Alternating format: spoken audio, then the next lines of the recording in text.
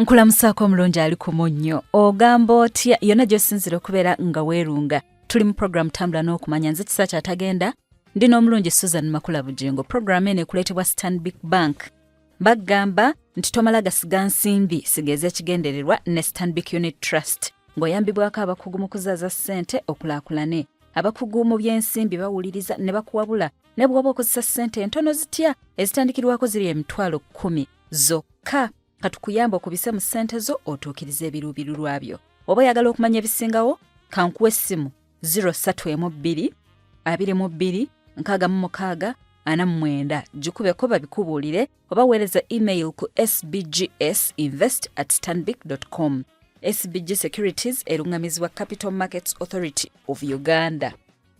Tulina overnight kansubire teweerabidde buli lwakutaano luli mu zino ennaku 42 ez'okusaba n'okusiiba mukwano wajja kubeerayo overnight siza kusula waka kansubire nti weetegese ate nga nnya October Independence Night olwo nalwo lwetegekere lwabwereera okuyingira tewaba kumulyanga akugamba musooka oleeteyo ssente funa bufunyi zikuleeta na zikuzzaayo kale naye era n'ekirala tuzimbe Pentagon tugizimba buli lunaku kwata essimu yonyige *29 olondeko omutendera namba 2 okugamba pay merchant otekemu merchant code M070 otekemu omuwendo gw'ensimbi bwe kusaba reason tekamu HPMI oba Pentagon oba Church owereze ku namba emu okukakasa nti ssente oziwa House of Prime Ministries International olwotekemu PIN. Essente ezo osobola n'ozitwala mu bank. Tulina akawunti mu banka ez'enjawulo mu Centenary Bank, mu Stanbic Bank, mu DFCU Bank, mu Bank of Africa ne mu Equity Bank. Osobola zitwalayo n'obeera ng'ozimbye ennyumba ya Mukama. Weebale nnyo, weebalire ddala. Operation kusima musingi omwaka guno nga tegunnaggwako. Kale buli lunaku tuzimbe. Program tambula n'okumanya zikisa kyatagenda nga ndi n'omulungi Susan Makula Bugingo. Katulamuseeko ate atusumululire ttu lyatuleetedde olwaleero. Omulungi atuwuliriza osiibye otya oli otya bali batya b'okuuma n'abakuuma ekyo ntera kibuuza sisita wange wano naye naawe muli muti eyo.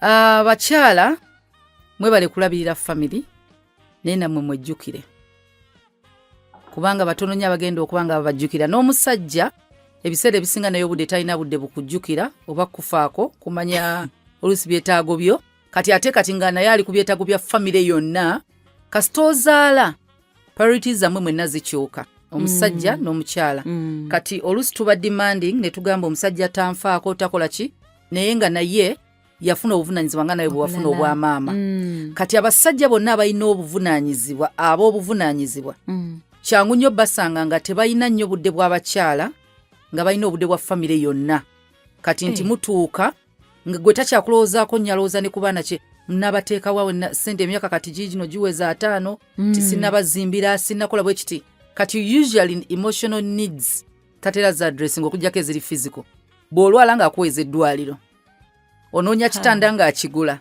annyumba ng'apangisa bwe ba yakuzimba ng'azimba weetaaga mmotoka emmotoka ng'agigula naakola ku ezo zokka ebisigadde ng'olina okwefaako ennyo okwefaako kwe kuno abakyala tuyige okwogera tucommunicatinge abasajja abamu tebaakuzibwa nga bamanyi nti alina okufa ku mukyala tebabuulirirwa nti gw'olina kati oluusi okulowooza nti omukyala leka yeetaaga ez'enviiri omukyala kati yeetaaga okuwuliriza essimu bw'odda ewaka bw'aba obadde ddala ongamba nti you miss me show that you miss me essimu edde wali abeere nze kati ebintu bye baba tebabimugamba yamanyi omukyala kasita omulabirira n'omuwa kye yeetaaga so zino zonna psychological emotional needs tebazirowoozaako be bagamba nti omusajja ajja kwebuuza emmere nagiguze ennyumba asula walungi buli kyasaba kyonna kyekirala kyayagala kyesitamuwadde byonna abirina companionship tewagimuwa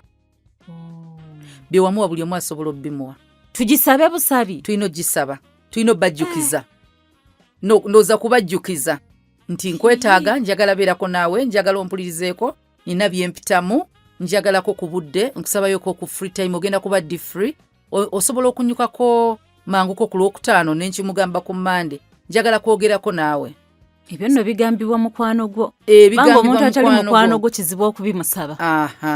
So kati ebyo jasanga ng'ebintu ebimu abakyala tulina oyiga okwogera. Abasajja omulembe gukyuse, ebyetaago bingi, ssente tezeyongera, mirimu gyonna. Kati pressure gye balina nnene ku bulamu bwabwe. Kati eyaffe bayinza olowooza tetutegeera butegeezi, ono omukazi tategeera, mukazi tali understanding, bino byonna byempitamu, tayagala na kutegeera, alinga mwana muto aganye okukula, alowooza relationship eneebeeraawo, byakwehaginga, byakubeerawo tutuule. Kati ye kyayita obuto, yerabidde nti needs alina okwadressing ezo needs zo, naye azirina lwakuba ali consumed with responsibilities, talina budde bwerowoozaako naye nti yeetaagako ko omuntu amubudaabuda.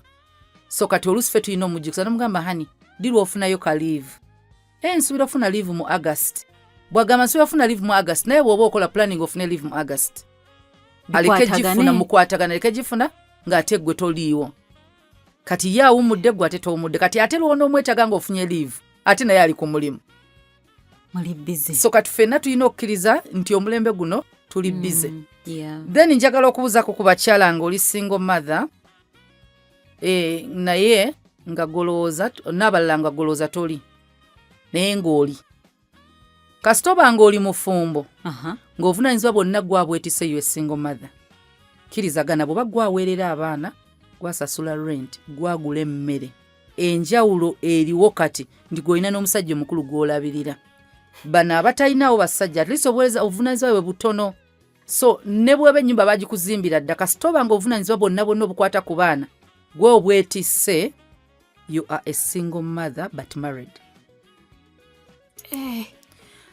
So neyo category je mwebale buvunaanyizibwa bwakulabirira, era saagala weekubagize, weebaze Mukama Katonda nti akuwadde obusobozi n'ekisa, kubanga mazima gali nti ne bw'aba omusajja mulamu kasitaageza n'alemererwa in life, backup ye, backup oba standby generator aba maama. So maama okoze omulimu, era tonyiiga abaana tobalabanga burden, webaze Katonda omusabe agabirire, akusobozesezza. Musabe kati zonna ze yali awo oli omusajja azireete, kubanga kati yali azimuwera baana bano kati gwabalina. Mukama tugende tuteese jangu tuteese, come and we reason together. Kati bwogenda maaso ga Mukama omugambe, manyi muzeeyi abaana bano bonna luli twali tubalabirira babiri, kati bali wange. Nkusaba ne kuzooli z'omwoto oleko mpeerezeeko eno ez'abaana. Kati akuwenga n'ez'abaana. Omusajja yenna abasajja bannange kambabuulire, sina basaba. Bano abaana bammwe kibi okujja nga bakulu. Era abakyala okubanga batutte obuvunaanyizibwa balabirira tekitegeeza nti basobola. Tebasobola, naye tebalina kyakukola. Omuntu waliyo abantu ng'oli ku mulimu si lwakuba nti gw'oyagala, naye tolina choice. Bw'oguvaako okola otya? Kati abakyala abasinga balabirira abaana kubanga tebalina kyakukola. They've been thrust into that space. Yes.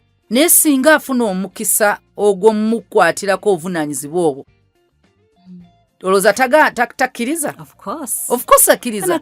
Ekitegeeza nti abasajja abamu mugenda kwavuwala lwa buvunaanyizibwa busuula. Abamu mulina ebizibu bingi kubanga olina abaana b'otalabirira. N'obwoba omukazi omuwa $5,000, it's okay. Nze nzifunda n'omusajja agamba sirina ssente abaana tubateeke mu government school. Ze nsobola. Kyensobodde tubateeke mu ssomero lya $9,000, babeereyo mugambe bwe ndifuna ssente bagende. Ataddeyoko alaze nti ayagala. Ekirala omukazi ono teyafuuka mulabewo gwe wazaalamu. Bw'aba ye atayagala kwogera naawe yite wa jjajja w'abaana, maama w'omukazi ono. Weerezangayo ssente wadde mbozijjayo oba obutazijjaayo. Naye nga gwe kiki okikoze? Maaso ga Mukama omukazi ono paka lwaliwona, kubanga abamu baresistinga tebannawona buwonyi.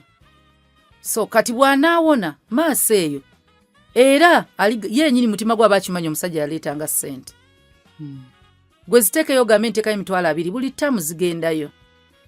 Kale jjajja w'abaana kaagulemu sukaali. Of recent, I eavesdropped on a conversation. Ono yalinga go between gali mu kwogera n'omwana akuze ng'akuze na maama we. Yes. kati ng'ono ali mu kunenya omwana nti olw'okuba ye ne baganda be ono nga ye mukulu tebafuddeeyo kunoonya bantu ba kika kyabwe ab'okusayidi ya taata waabwe ng'ali mu munenya nnyo. Kati emboozi we yaggwa nensiriikirya ne mutunuulira natandika okuŋŋamba omanyi abakazi balina obuzibu bagenda ne bazaala abaana baffe ne babateekamu ebigambo ebibi kati oyo abo abaana beefulanga abalowooza nti tebalina kika. In my head I told myself to keep quiet. Awo ina sirika. Kubanga emboozi yali ejja kuwanvuwa ate ekaalaame. Ate yandigetinze personal. Abantu abamu kye batategeera nti waliwo ebintu ebimu abakyala bye banyumya mu bulumi. Kati yagenderedde kunyumya abaana, kubuulira abaana, ebyo bino bye bagenderedde bye bibi. Then ne bw'aba yabimugambye mu busungu, Yesu yakoze kibi naye togenda nnenya kati baana. Abaana kye batutte gwe babadde naye gwe bagenda owuliriza. Oba oyagala oba toyagala. Ekyokubiri balina bye balabye. Bwe baba bakuze balabye. Balabye nga mama yasasula school fees. Tebalabye effort. Tebalabye effort yo. Effort yo gwe kwe kunoonya ennamba zaabwe baba bakulu nga ddala osobola ofuna essimu zaabwe. Effort yo kwe kubanga ogenda mama nagaana okuyingira ekikomero ekyo. Effort yo kwe kubanga ogenda wakire wa jjajja waabwe.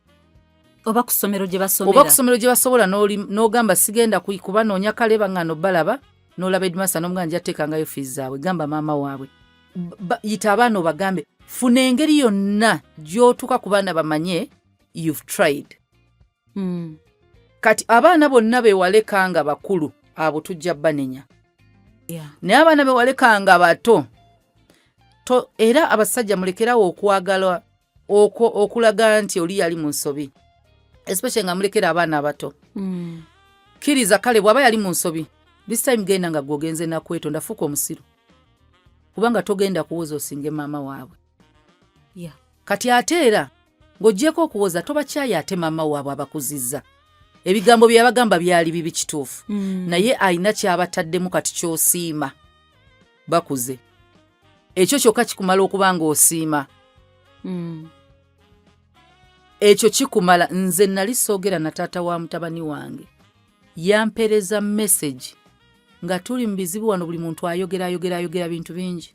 Yampereza message n'angamba thank you for being a good mother. Nga ndi mawulire. Thank you for raising that boy. Nambuulira character biki engeri gye yalinga ayogera naye kubanga mu buto teyaliiwo. Namala n'angamba I know you're a good woman. Ignore media. Ye message enafuna myaka gyonna. Oh. Okay. Wow. Ngamba ekirungi mufumbo gyali ebweru yawasa mukazi we. Alina abaana. But it's something kye nandiyagadde omusajja yenna okukola alina amagezi. Sikoma okwana. Sikoma okuyomba. Appreciate. Ne mutima kye nabuli muyinako. Nawulira nga kivuddewo. Nti kale at least asiimye nti bw'alabye omwana we. Asiimye.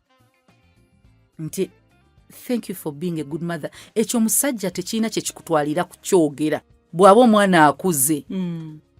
Ekyo oba yayogera bigambo ki? Tuyina obusungu. Tusobola okwogera abamu tebasobola kwogera. Abamu be controllinga bala tebasobola kwe controllinga. Ffenna twakula bulala. Kati naye siima the fact nti akuzizza omwana we. Start from there. Tandikira awo. Ebyemabega bireke. Omukazi ono bw'ali kakkana abaana bano bajja kwagala. Kyangu nnyo. Taata amwe namusonyiye. Ekyo kimala. Kimala. Abamu batandika kulaba nsobi omukazi zaakoze mu kuraisinga abaana. Ensobi nze kye nayiga kyonna. Bali simanya kyejo. Simanya bati bakola batya. Kye nayiga teri muzadde mubi. Teri muzadde akola ajinya mwana nga akigenderera. Alooza ye akikola mu love. Kati yeekanga ayonoonye. Ate ffe abali bweru ffe tulaba. Kati waliwo okwonona kwe tulaba nti koko maama ddala omwana bamugambako omukazi takkiriza disciplininga mwana. Naye waliwo ebintu bye tukuliza abaana ffe ng'oyagala omuwe buli kimu aliko ekijjula. Tewaliwo omuntu mulala.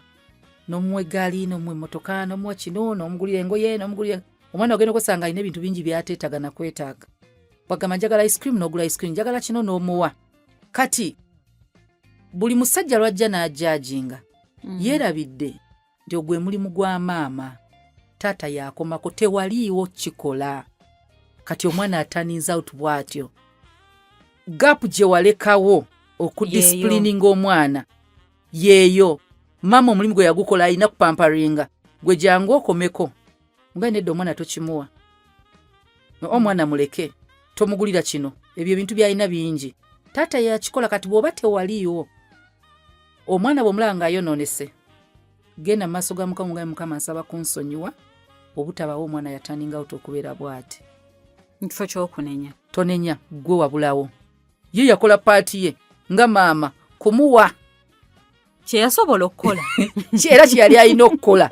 Ekyo maama yakikola. Taata jangu odisipulininge, jangu oteekewo amateeka, omukazi ajja gakwasisa. Kati eyo ebisinga bye tulaba bye tusalira, taata bw'aba yaliwo kirala. Taata bw'aba teyaliwo, munoonye abasajja gye bali. Abasajja bali luddawa. Omulembe guno bano abaana abavuma abantu, abakuba abantu. Where are the fathers? Emirundi egisinga ojja kusanga egisinga obungi nga taata teyaliwo. Kuyigiriza discipline. Taata maama yajja okujja yakole buli kimu. Anyways, tugenzeeyo naye byonna bikwata ku bulamu bwaffe, obulamu obw'embeera n'obulamu obwa health byonna tubyogerako. Tuli ku nsonga ya byabulamu, twogera ku ndwadde ez'enjawulo, era ng'emabegaawo twogedde ku ndwadde ze bayita infectious diseases oba endwadde ezisiigibwa. Kati bwe tuva mu ndwadde ezisiigibwa tulina endwadde ezitasiigibwa. Endwadde ezitasiigibwa zirimu ebika. Endwadde ezimu ze bayita ensikire, hereditary. Mulimu ezo tezisiigibwa, infection kwasinkanyawo abantu. Kati zino zivudde mu bantu ba munda. Zabuzaaliranwa. Zabuzaaliranwa. Toyinza gamba nti nagenze nentula n'abantu ba sickle cell ne bansiga sickle cell. Tebamukusiiga. Tebamukusiiga. Wazaalibwa naye. Kati ezo endwadde toyina gwogenda zisiiga. Ne wabawo endwadde z'ofuna lwa deficiency.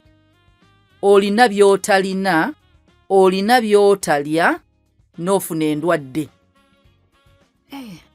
Nti Kangereza abaana abasinga tumanyi, bw'atafuna vitamin D amala, afuna rickets. Kati endwadde esinsikire, rickets ze endwadde ze tugamba amagumba ne gaba manafu, tegasobola okukyama. Abamu tuyinza okugamba bitege, naye nga bitandikira eno ddala eno waggulu, amagumba gakyama, manafu gali soft. Sokolinde. N'ebitege nayo deficiency. Abamu deficiency nga tulowooza nti bitege naye nga balina rickets. Kyobola kati zonna birina obujjanjabi. Waliwo ebitege ebiyitiridde. Yes, naye ne wabawo bino ebyamagulu ffenna nga bw'ogamba nti abantu amagulu gonna era tegali straight. Naye waliwo ge balaba ne bagamba kati ono zino rickets. Entambula ze bagamba. Endala zijjanga enkobogo ng'amagulu entambula ey'ebitege. Gaba magumba nga gakyamye. Y'enkobogo. Y'embaliga. Byonna we biyitirira obungi wabeerawo ekikyamu. Lwaki aba vitamin D? Vitamin D yayamba mu mubiri, bw'aba mu mubiri then amagumba gasobola okusika kye bayita calcium ayingire. Vitamin D si yagunya amagumba. Calcium ayambibwako okuyambibwa okuyingira. Yes, wali ebintu ebisinga nga bonolaba nti kasooke ngeze ku kya calcium nti vitamin D ekirungo kyetaaga mu mubiri, calcium amagumba gasobola okuba nga gasobola okuabsorbinga. Bw'aba taliimu kati watolina vitamin D, calcium n'obwomulya taabsorbingibwa magumba, tayingira mu magumba. Twetaaga ekintu ekimuyingiza mu magumba go. So bw'oba tolina kitegeeza kigenda kuba kizibu okumaintaininga calcium ne phosphorus mu magumba go, tagenda kulwamu ate tagenda yingira. Kati kyova olaba omwana omuto bino bye tuwoza nti omwana talina kufuluma bweru. Omwana jjukira ennaku zino abaana bamu ojja musanga nga tayonka, then ng'asiiba mu nnyumba bamutiisa obuuka ebweru, ne weerabira vitamin D asobola mujja mu mata g'amabeere, asobola mujja mu musana wabweru. So ezo ebbiri sources we zibula ku mwana amagumba okunafuwa kyangu. Era ojja ssanga omwana oyo bw'aba mulebevu nga muwere. Abasawo bagenda kugamba muteekenge ebweru buli ku makya paka ssaawa 5. Baagala vitamin D. Omwana okumanya nti omwana alakinga vitamin D. Amagumba ge manafu. Abeera mulebevu. Era tasobola kuyimirira. Waliwo endwadde eziri psychological ez'obwongo ne waliwo eziva ku magumba nga n'obwomusimba ku mubiri tasobola. Nga tafuna bimala, tafuna vitamin D amala. Kati waliwo endwadde ezo eza deficiency. Endwadde ezo bw'omanya nti waliwo obulwadde bw'olina nga si busikire, osobola okuba n'obulwadde ng'olina ky'obulako mu mubiri. Kwashakko twasomanga gundi. Actually endwadde gye nsinga okujjukira mu deficiencies ezo. Mu deficiency fenna baasoma musomerera endwadde tugimanye. So ojja kusanga nga waliwo endwadde eziri hereditary n'endwadde zebayigamba eziri physiological. Endwadde eziri physiological nkyogere ntya z'endwadde nga ebitundu byebyo mu mubiri kati bye bitakola ne bireeta endwadde. Tebikola bulungi. Physiological. Nti ezo endwadde tebazisiiga naye singa mu mubiri gwo ekitundu ekirimu kirema okukola omulimu gwe kirina okukola oba tekikola bulungi kikuviirako endwadde. Kangereza abathima. Airways zo bwe ziba narrow nga nfunda mu mawuggwe obeera ne asthma kyekitegeeza. Kati obuzibu buli ku airways. Ekkuba eriyitamu ki? Samawuggwe. Munda mu mawuggwo obukuba obulimu. Ekkuba eriyitamu omukka mu mawuggwe kasita lifunda tutandika ofuna embeera ya asthma. Kati singa kye bayita pancreas oba kekawago ye bladder. Akalulu ye gall bladder I think. Then pancreas echi. Kerabidde bannange ne mu Luganda bakannyonnyodde emirundi mingi nkerabira. So pancreas omulimu gwayo kuzaala insulin. Insulin abasinga tumumanyi nga bagamba omulwadde wa sukaali bamukuba insulin. Ekimukubisa insulin ka pancreas ke tekakyazaala insulin amala. Buli muntu alina insulin azaalibwa. Kati mu kuzaalibwa buli lw'oteeka sukaali omungi mu mubiri gwo mu musaayi nga pancreas kazaala insulin bajjemu ki sukaali mu musaayi agende mu cells. Kati we kaba tekakyakola bulungi sukaali mu musaayi gwabeera mungi okusinga ajjibwamu. Kati bw'abanga mungi nga tufuna diabetes. Kale wulira. Kati physiological. Hereditary deficiency physiological. Tukomawo. Ikaye nnyo mukuumulamu okonkwebaza ntokyali naffe tuli mu program tambula n'okumanya endwadde ezimu ziva ku mubiri nga tegukya functioninga ebitundu si mubiri ebitundu by'omubiri gwo nga tebikya functioninga bulungi. Endala ziva ku deficiency okubeera nga tolina bimala mu mubiri. Endala nga nzaaliranwa. Bakuzaala nazo so endwadde ezisinga zigwawo. Zino nga tebakusiiza sizize twagamba n'ogenda nga waliwo akafo wali nga buli wogenda n'ocollectinga. Yes, kati obulwadde bwonna bwe bakebera nga obulina buli awo. Kati ekibuzo kiri nti babujjanjaba batya? Okujjanjaba bwe buzibu. Buva ku ki? Kasita tonoonya bulwadde we buva.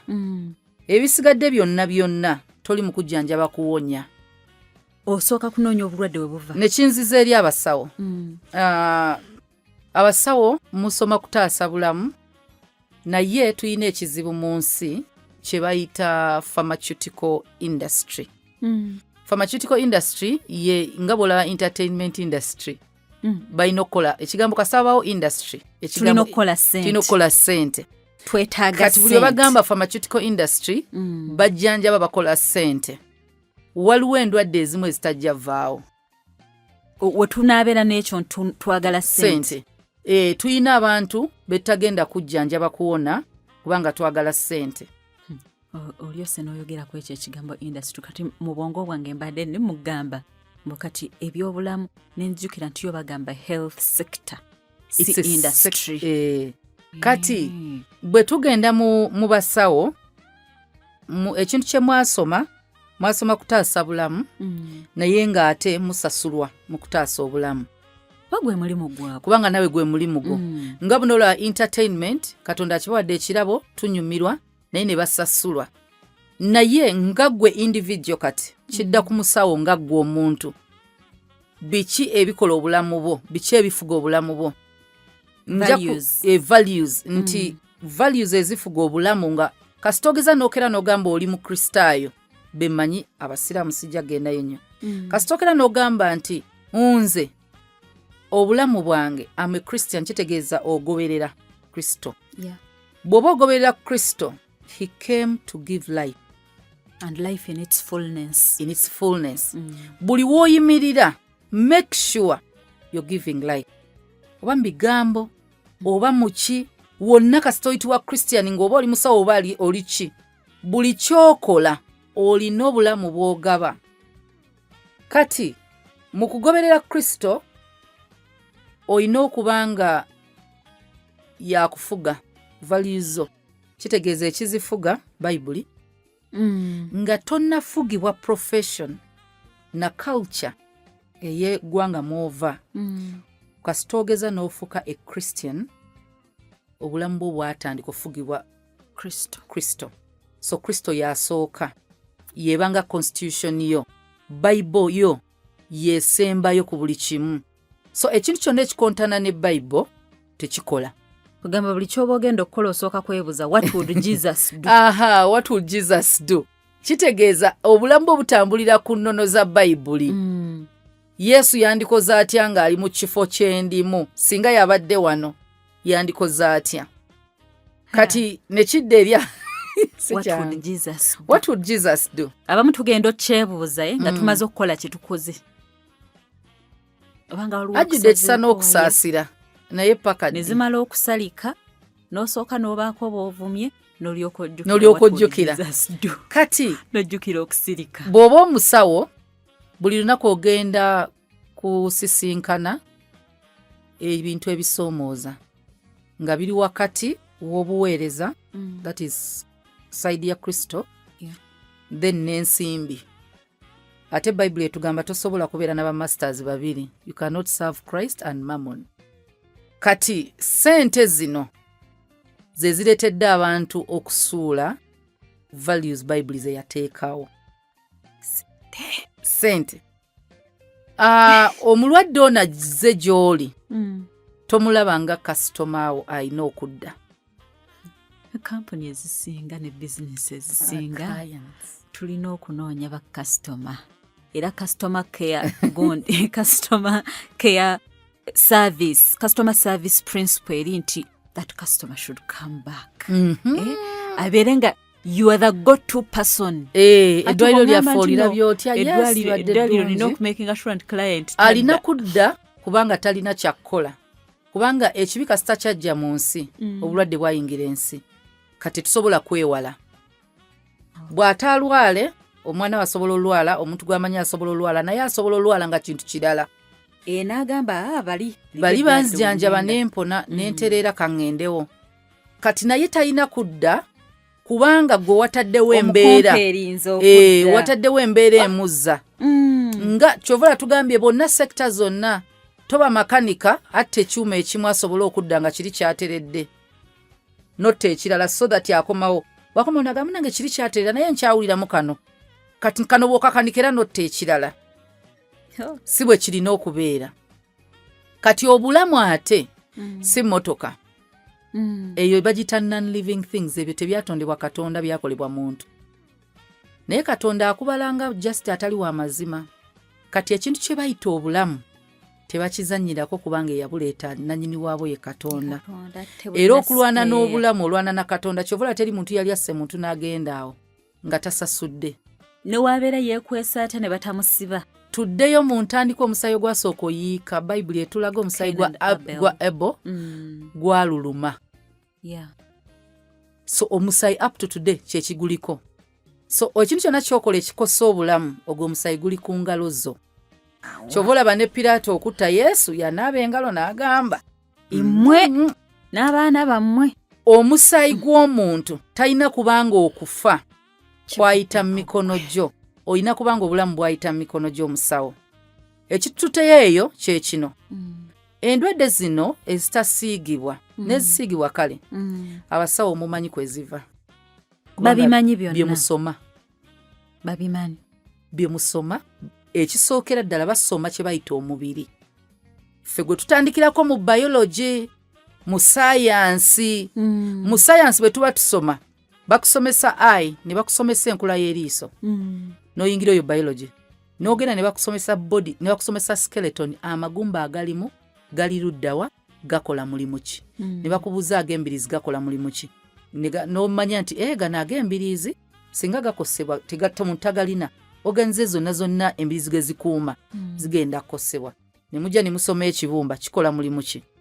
Ensigo ne musoma omutima, ne musoma bu valves z'omutima tugenda ozisoma mu biology nga tetunayingira university.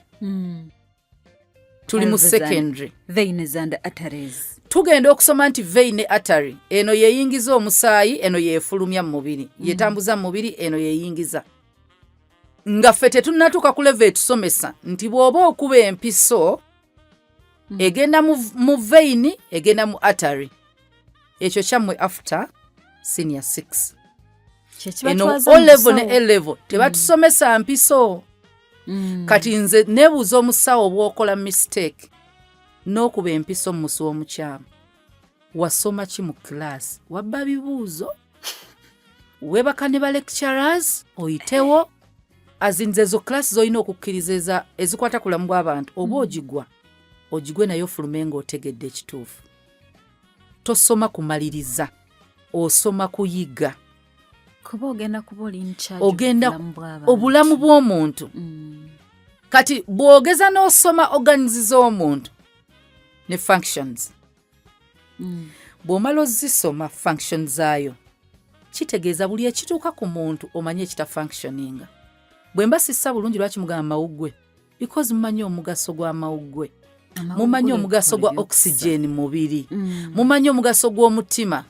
Kyova ogamba bw'aba tassa bulungi kino, bw'okera n'ogamba nti no tofuuyisa, lwaki mukebera ensigo n'akawago? Because mumanyi organs ezikwasaganya n'ekintu ekyo. Kati kitegeeza buli bulwadde musuubirwa okuba nga mumanyi awalta functioninga obulwadde okubeerawo. Y'ensonga lwaki bwe ngenda mu ddwaliro omusawo n'ambuuza owulira otya ne mmunyonnyola bye mpulira, kwasinze n'agamba kisobola kuba kino oba kino oba kino oba kino. Kati bw'amala okuteebereza akonfaminga na kye bayita tests oba diagnosis, oba ne bagenda ne bakola scans oba x-ray, kyonna kye mukola okuzuula obuzibu we buli. Abamu mukola tests endala, mukola biopsy, musalako obunyama, kyonna kye mukola kitegeeza mwagala zuula kizibu we kiri. Kati obuzibu ennaku zino mwadressinze nnyo obulwadde bwe tubakaabidde ne mutadressinga buzibu kwe buva.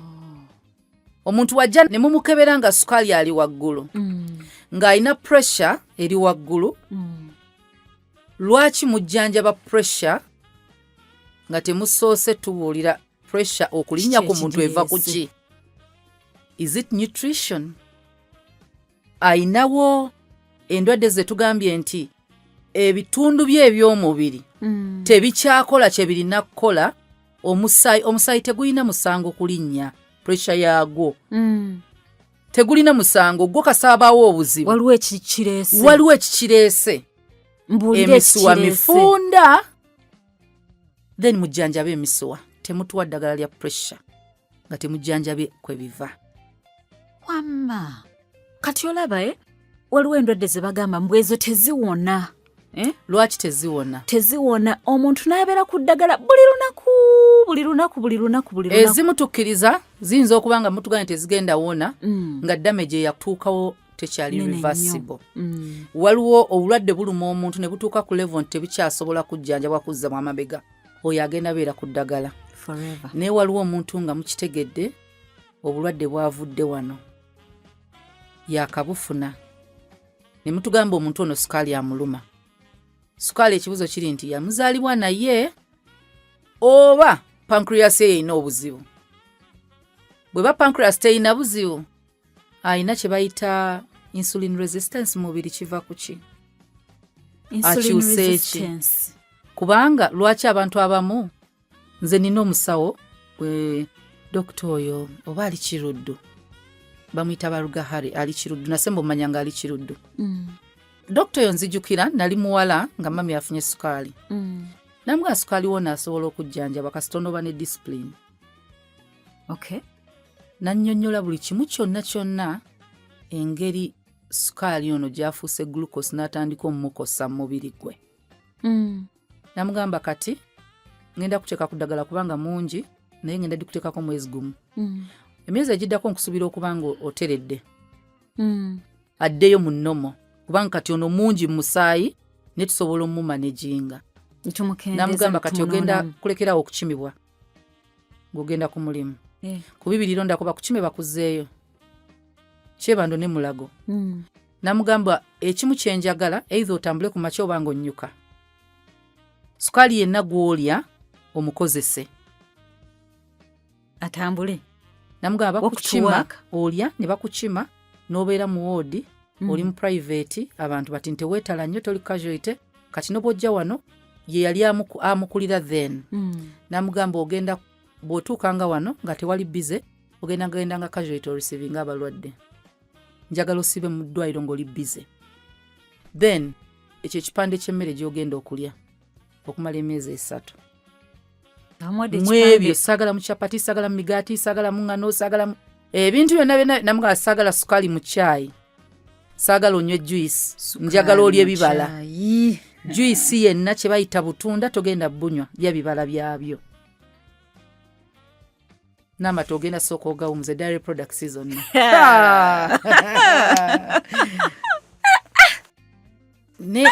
Namugamba anaawona, namugamba agenda wona kola ekyo. Byonna nga babimugamba yatambulako butambuze emmere teyagikyusa. Naga bw'ogaana bugenda fuuka bulwadde kati. Yagamba sina gava ku mata. Simulabangako teri bulwadde bumujja ku mata. Byonna ne bigaano kyuka. Ne bufuuka obulwadde. Yagamba tebunnafuuka bulwadde. Ekyali mbeera just. Yagamba bufuuka obulwadde mba sikya nina kuwa ddagala lyobeerako. Nagamba ate w'obeera ku makerenda tonnatuuka ku level ya mpiso. Bwe ndikuteeka ku mpiso then awo sikyalina kyakukolera. Lwe namanya nti we bakebera omuntu akebedde ye mukulu akujjanjaba ye mukulu si bulwadde akujjanjaba. Kati nekituzeeyo ku basawo kasitannafuna explanation yasooka nga ndi muwala ne kakati ekyandi mutwe ku sukaali. Yagamba kasita omufuna n'omutegererawo mangu kyangu muwona. Ja carbohydrates. Nagamba eddagala lino yaŋŋamba eddagala lino lye tugenda oteekako mami lijja sukaali mu musaayi. Kati asobola omujjamu ng'akola exercise. Buli kye tulya tutuula butuuzi ma office lifestyle yaffe kati. Ate nga tulya fats njereere masavu na bya sukaali bisiike bye tubeeramu. So kati ojjasanga obulwadde buyina ensonga lwaki weebuli. So nga lwaki tugenzeeyo eyo twogera n'abasawo mwasoma emibiri. Omubiri guno gwogera. Omwana omuwala aba tagenda mu periods it is communicating. Waliwo ekitagenda mu maaso mu sisitimu ye ng'omukyala. Kiki? Omuwala afunye ebizimba kiki ekitagenda mu maaso bulungi mu mubiri gwe? Ekibireese nga bala tebabirina. Kubanga si buli omuntu akirina. Kati obulwadde bwonna obujja bugwawo. Wabusikira olina kyolakinga mu mubiri oba waliwo ekitundu ky'eky'omu mubiri ekitakola kye kirina kukola. Kati singa abasawo mutuyamba ne mu addressinga issue ezo genetic, physiological, lifestyle factors zonna oba ziri environmental zonna kati nga ze mu addressinga nga temu addressinga ndwadde abantu tugenda wona. Kati ekibuuzo kiri nti mwagala tuwone.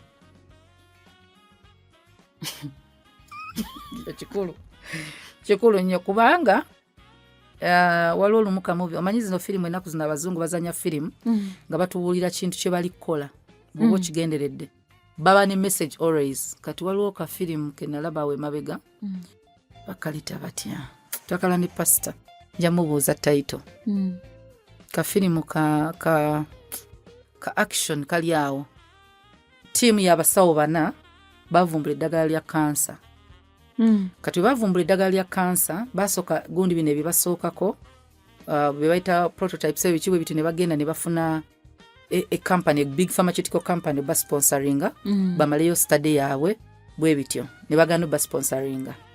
Of course eddagala lya kansa welijja tebakola kati ne basigala nga be fundinga ku sente zaabwe finally ne bazuula eddagala lya kansa.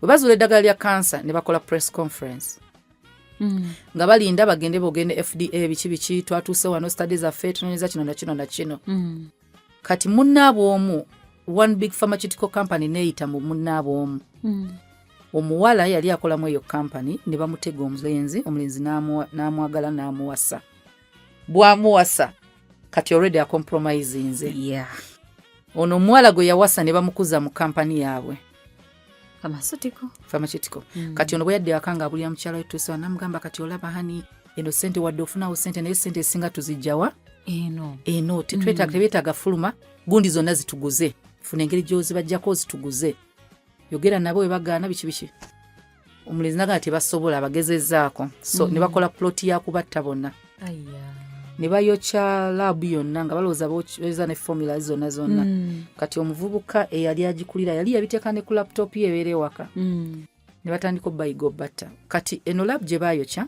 battiramu abasawo bano abakolamu 8 ne nono eyabalyamu olukwe bamukuba essasi of course naye yawona bagambe nti naye yakubiddwa kati ne baframinga bano ababiri nti be bayokyeza laabu be basse n'abantu poliisi nebanoonya eggwanga gwa butemu ng'olutalo lwonna okusala story yonna kye baali balwana eddagala lino teririna kufuluma nti nga birimu ne gavumenti abantu abali mu government agencies mwe ziri kubanga sente zaali zitambula nga pharmaceutical company nene ekola sente ezisinga nga balaga bojjanjaba kansa be batunda kimo oba bajjeeko omulimu buli musawo yasoma okujjanjabisa kimo aba talina mulimu kati nga baatuula ne balaga ensonga lwaki eddagala lya kansa teririna kufuluma nga n'abasawo bakiwagira teririna fuluma tetulina mirimu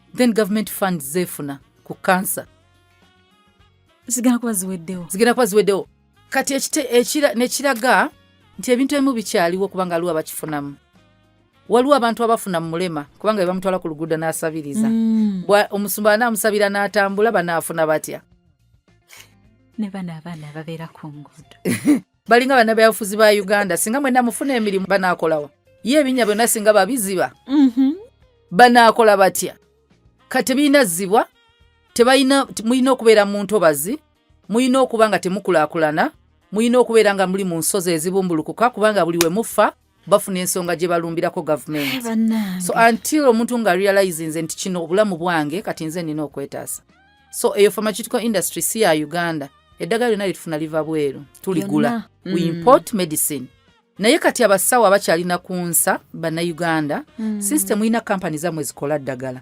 mujjanjaba abantu ba Mukama bawone ni sente mugenda zireka wano ku nsi nga njagala nnyo omusawo ajjako omuntu consultation emitwalo 10 nga tagenda mujjako za ddagala 2 so omulwadde bwe wajja maaso go consultation mitwalo 2 ng'agenda kunguza ddagala omulwadde bwe wajja maaso go buli kimu kyonna ekyetaagisibwa okukola omanye ekimuviiriddeko okulwala kikole ne zino eziri infectious endwadde ezisiigibwa tetunazoogerako nnyo mu maanyi naye mumanyi lwaki omuntu afuna UTI omuntu mumanyi lwaki afuna engeri gyafuna measles gyafuna obulwadde bwonna kati mubuulire nti woddayo kyusa kino na kino yengeri gye musobola okukuuma abantu nga balamu ekyokubiri naawe ojja ffa ge mazima bw'otalifa bulwadde ojja gwera nayo emikono gy'omusawo ajja nga mubi alikuba eddagala erikola ki eri kwongera ssente. Mulina ebintu bye musoma. Nze nabeera n'abasawo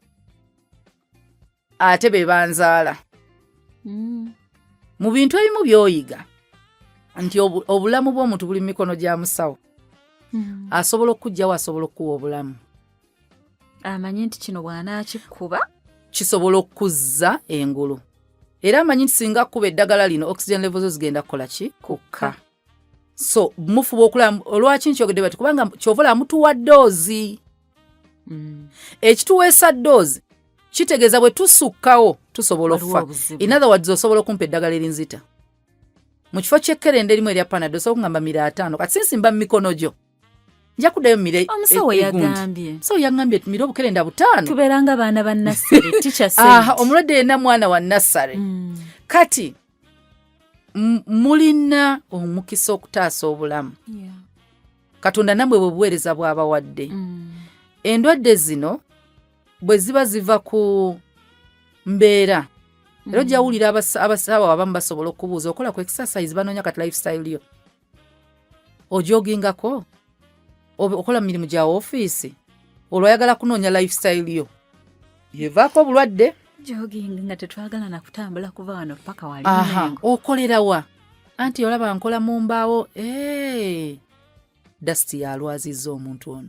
Ajja kugamba yambala masiki bw'oba tosobola va mu kifo ekyo. Yambala mask. Ekifuba kiganya owona. Kati mumanyi ensonga zino. Oba mumanyi factors, kale risk factors. Nti maybe bw'okola kino na kino, bw'okozesa kino na kino osobola okulwala. Kiringa enkola ya kizaala ggumba. Nungi! Kubanga eyambako ku families okuspacinga abaana nga bwe bagamba ozaala abaana b'onoosobola. Naye kyemuga teyinayo side effect n'emu. Temusobola gitunyonnyola mu bulango bwamu. Tebasobola. Kati bweba ebirango tebisobola ginnyonnyola omusawo kikkakatako ogamba omulwadde omukyala enkola za family planning bye bino ebika ebiriwo. Naye bikola bwe biti. Naye si buli kika nti kikolako. Si buli kika nti kikolako. Yes. Abantu bonna ng'olina history ya clots mu family yammwe eya breast cancer, eya cancer, empeko zaagazaki. Era omusawo kyagenda okugamba. Nze nagendanga mu ddwaliro ekyewuunyisa n'abasawo nagendanga n'ensasula ssente consultation. Olwo kifo ekimu kye nagenda mu njagala nnyo ebyo by'okunoonyereza lwakuba kati kiri hadi abasinga bammanyi. Nagendako edda mu bantu abatunda ebizigo ebyerusa. Waliwo omukyala edda yalinanga ebizigo ebyo Bagazalandi. Nga mpulira nti bayerusa abaana munda ngendayo. Ne mugamba njagala kweyerusa naye ate ndi lubuto. Njagala n'omwana nga abeeremu. Nga mpiso tuzikuba.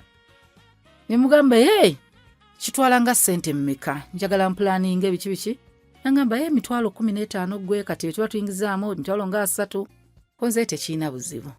Ne mugamba kati manyi ngenda okukola? Nina kusibako nkomewo banagamba olina okubuukinga appointment. Konze mbuukingira ssente mmeka? Nanga 5,000. Nenzisasula. Nali njagala kumanya kye bakola oba ddala kituufu gye kiri kye boogera. Saddayo. Era nzija ne ngamba bagenda ne beerusa abantu. N'ab'embuto.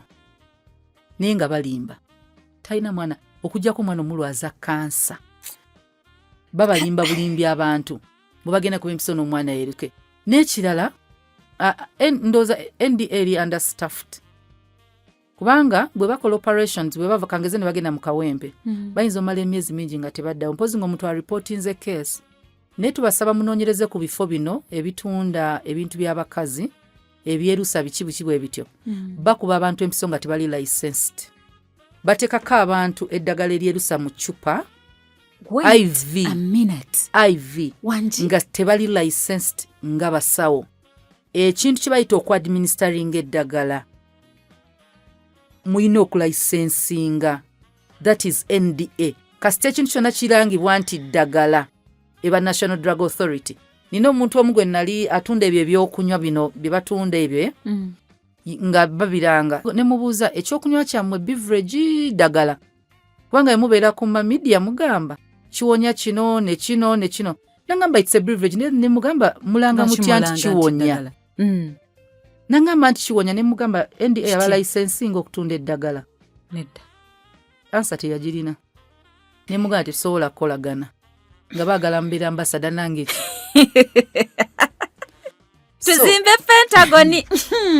Kwate essimu y'onyiga *291# olondeko omutendera namba 2 okugamba Pay Merchant, otekemu merchant code M070, otekemu omuwendo gw'ensimbi, Reason eri Church oba HPMI oba Pentagon. Weereza ku namba emukakasa nti Centers wa House of Prayer Ministries International olwo otekemu PIN. Naye bannange, akatalekeka. Omuntu omu yagamba, I saved your reputation by not telling my side of the story. So stay humble. Tetugenda kwongerako. I saved your reputation by not telling my side of the story.